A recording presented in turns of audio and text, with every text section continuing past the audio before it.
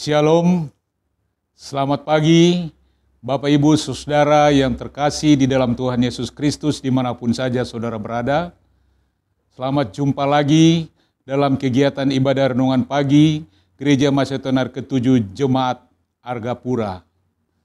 Teriring salam kasih karunia damai sejahtera dari Tuhan kita Yesus Kristus menyertai dan memberkati kita sekalian.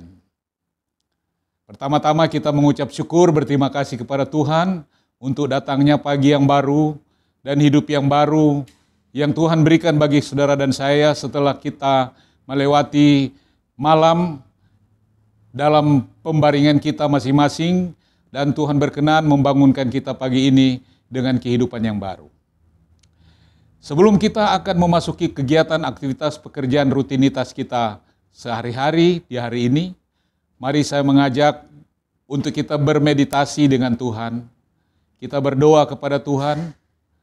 Sebelum kita menunaikan tugas kita berbicara kepada Tuhan sebelum kita berbicara dengan orang lain. Dan mari kita membaca firman Tuhan sebelum kita menunaikan aktivitas pelayanan pekerjaan kita. Bersama saya, Pendeta Winston Lapian, akan menjadi saluran terang dan berkat kuasa bagi saudara pagi ini, bahkan sepanjang hidup kita hari ini dan hari-hari kita di kemudian. Mari kita tunduk kepala dan berdoa. Terima kasih Bapa, terima kasih Yesus, terima kasih Roh Kudus. Karena Engkau begitu baik, memperkenankan kami menikmati pagi yang indah, udara yang segar, sinar matahari yang nanti akan terima, kesehatan, kekuatan, pagi yang indah di hari yang baru. Terima kasih Tuhan. Dan kami mau bersyukur untuk pemberian-Mu ini dengan kami mengisi hati dan jiwa kami dengan firman-Mu sebelum menunaikan tugas-tugas kami sehari-hari. Berfirmanlah kepada kami siap mendengarkan firman-Mu dan membacanya. Di dalam nama Tuhan Yesus kami berdoa. Amin. Pagi hari ini, Kamis 8 Oktober 2020, judul renungan pagi kita adalah arti dari pelayanan Bait Suci. Masih berbicara tentang Bait Suci, tetapi pelayanan-pelayanannya yang ada di dalam Ka'bah atau Bait Suci. Renungan kita terdapat dalam ayat firman Tuhan Ibrani 8 ayat 3. Sebab setiap imam besar ditetapkan untuk mempersembahkan korban dan persembahan, dan karena itu Yesus perlu mempunyai sesuatu untuk dipersembahkan. Untuk jelasnya mari kita ikuti bacaannya. Setelah kematiannya, juru selamat kita harus memulai pekerjaannya sebagai imam besar kita. Paulus berkata, sebab Kristus bukan masuk ke dalam tempat kudus buatan tangan manusia, yang hanya merupakan gambaran saja dari yang sebenarnya, tetapi ke dalam surga sendiri untuk menghadapkan saja dari yang sebenarnya, tapi ke dalam surga sendiri untuk menghadap hadirat Allah guna kepentingan kita. Ibrani 9 ayat 24.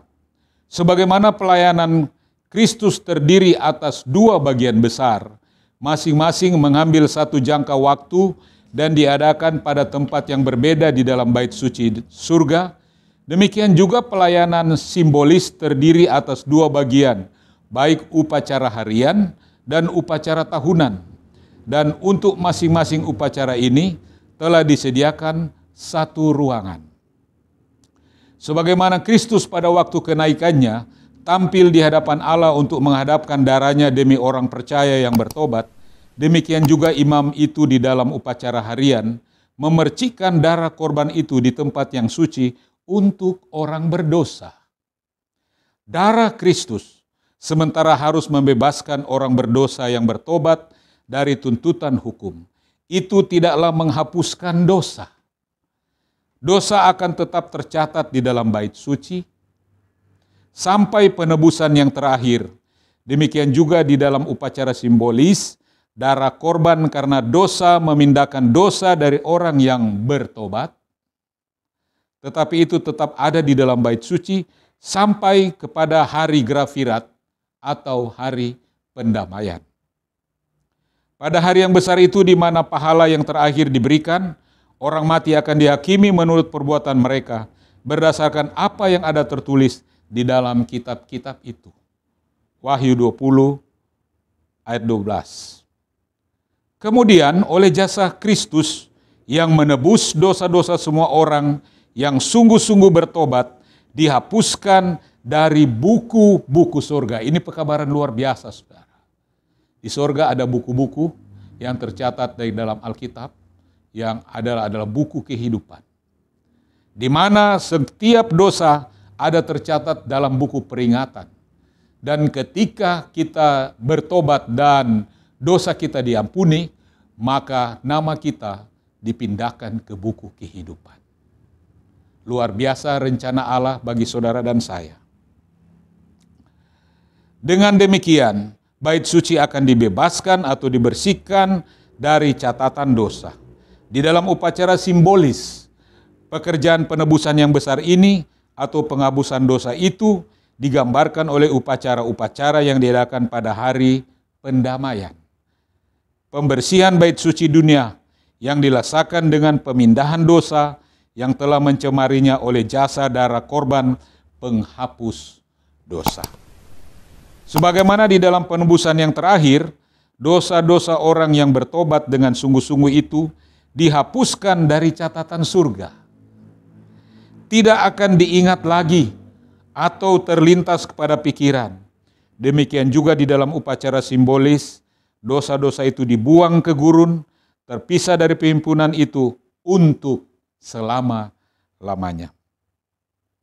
Dalam kutipan terakhir, dalam Alfa Omega jilid 1 halaman 421-422, oleh karena iblis adalah makhluk yang memulai dosa, biang keladi segala dosa yang telah menyebabkan kematian anak Allah, maka keadilan menuntut agar iblis menanggung hukuman yang terakhir.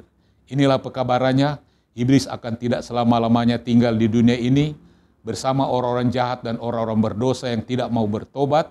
Suatu saat mereka akan dibersihkan. Mereka akan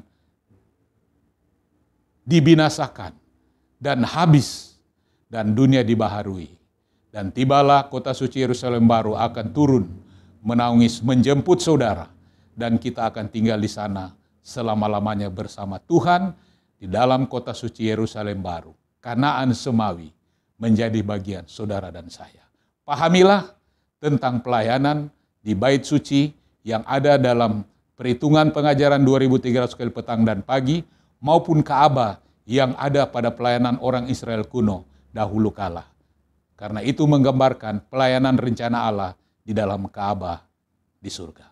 Tuhan Yesus memberkati kita sekalian lewat firman Tuhan pagi ini. Selamat berkarya, selamat beraktivitas. Tuhan Yesus memberkati. Shalom. Mari kita berdoa. Terima kasih Tuhan untuk pagi yang indah, kesempatan yang berbahagia. Kami mengisi hati dan jiwa raga kami dengan firman Tuhan sebelum kami menunaikan tugas-tugas kami. Kami berbicara dengan Tuhan sebelum kami berbicara dengan sesama kami. Kami membaca firman Tuhan sebelum kami memegang pekerjaan kami dan menunaikannya hari ini. Berkati firman-Mu di hati kami untuk kami diberikan kuasa oleh Roh Kudus menerima mengerti tentang bait suci dalam pelayanannya di atas dunia ini maupun di dalam kerajaan sorga. Kami akan diberikan kuasa untuk melakukannya dengan tertib, dengan sopan, dengan penuh keagungan, dengan penuh kesucian. Terima kasih Bapa, terima kasih Yesus, terima kasih Roh Kudus. Di dalam nama Tuhan Yesus kami berdoa. Haleluya. Amin.